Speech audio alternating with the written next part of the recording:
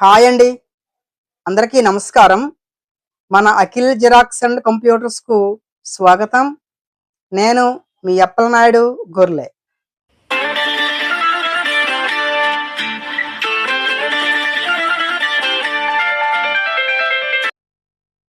Pivot chart ని ఏ విధంగా generate చేయాలో చూద్దామండి.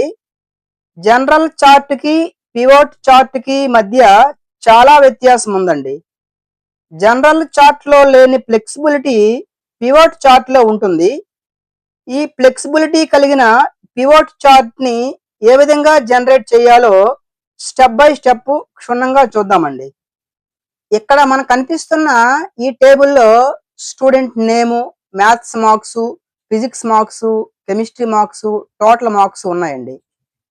ఈ టేబుల్లో ఉన్న ఈ డేటాకు సంబంధించి పివోట్ చార్ట్ ని జనరేట్ చేయాలంటే ఈ టేబుల్లో ఏదో సెలలో కర్సర్ ఉంచి ఇన్సర్ట్ ట్యాబ్కి వెళ్ళి ఈ చార్ట్స్ గ్రూప్ లో ఈ పివోట్ చార్ట్ అనే కమాండ్ చూస్ చేసుకుంటే ఇలా మనకు ఒక డైలాగ్ బాక్స్ అపీర్ అవుతుందండి. మనం జనరేట్ చేయబోయే పివోట్ చార్ట్ అనేది న్యూ వర్క్ షీట్ లో కావాలనుకుంటే ఇక్కడ న్యూ వర్క్ షీట్ ని టిక్ పెట్టుకోవాలి. అలా కాకుండా మనం ఉన్న ఈ వర్క్ షీట్ లోనే పివోట్ చార్ట్ జనరేట్ అవ్వాలంటే ఎగ్జిస్టింగ్ వర్క్ షీట్ ని టిక్ పెట్టుకొని ఈ వర్క్ షీట్ లో ఏ లొకేషన్ లో పివోట్ చార్ట్ కావాలనుకుంటున్నామో ఆ లొకేషన్ లో కర్సర్ ఉంచి అంటే సెలెక్ట్ చేసుకొని ఓకే చేయాలండి.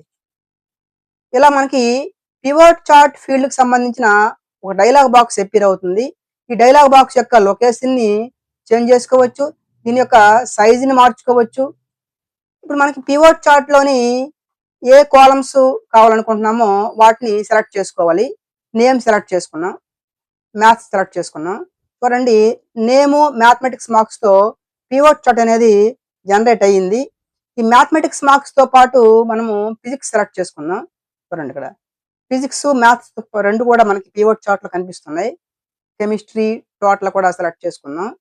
మనకి పివోట్ చార్ట్ లోని names, mathematics, physics, chemistry, total marks తో పివోట్ చార్ట్ జనరేట్ అయిపోయింది.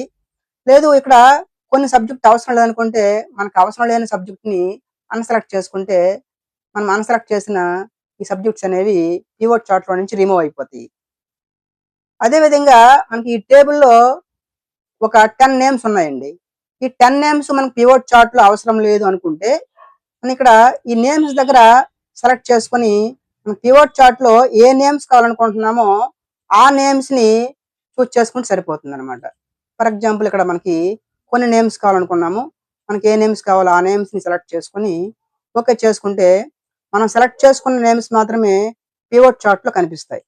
చూడండి, ఈ విధంగా మనకు నచ్చిన విధంగా పివోట్ చార్ట్ ని జనరేట్ చేసుకోవచ్చు అనమాట. ఈ పివోట్ టేబుల్ కి సంబంధించిన ఎక్సెల్ ఫైల్ యొక్క లింక్ ని డిస్క్రిప్షన్ లో ఇచ్చానండి.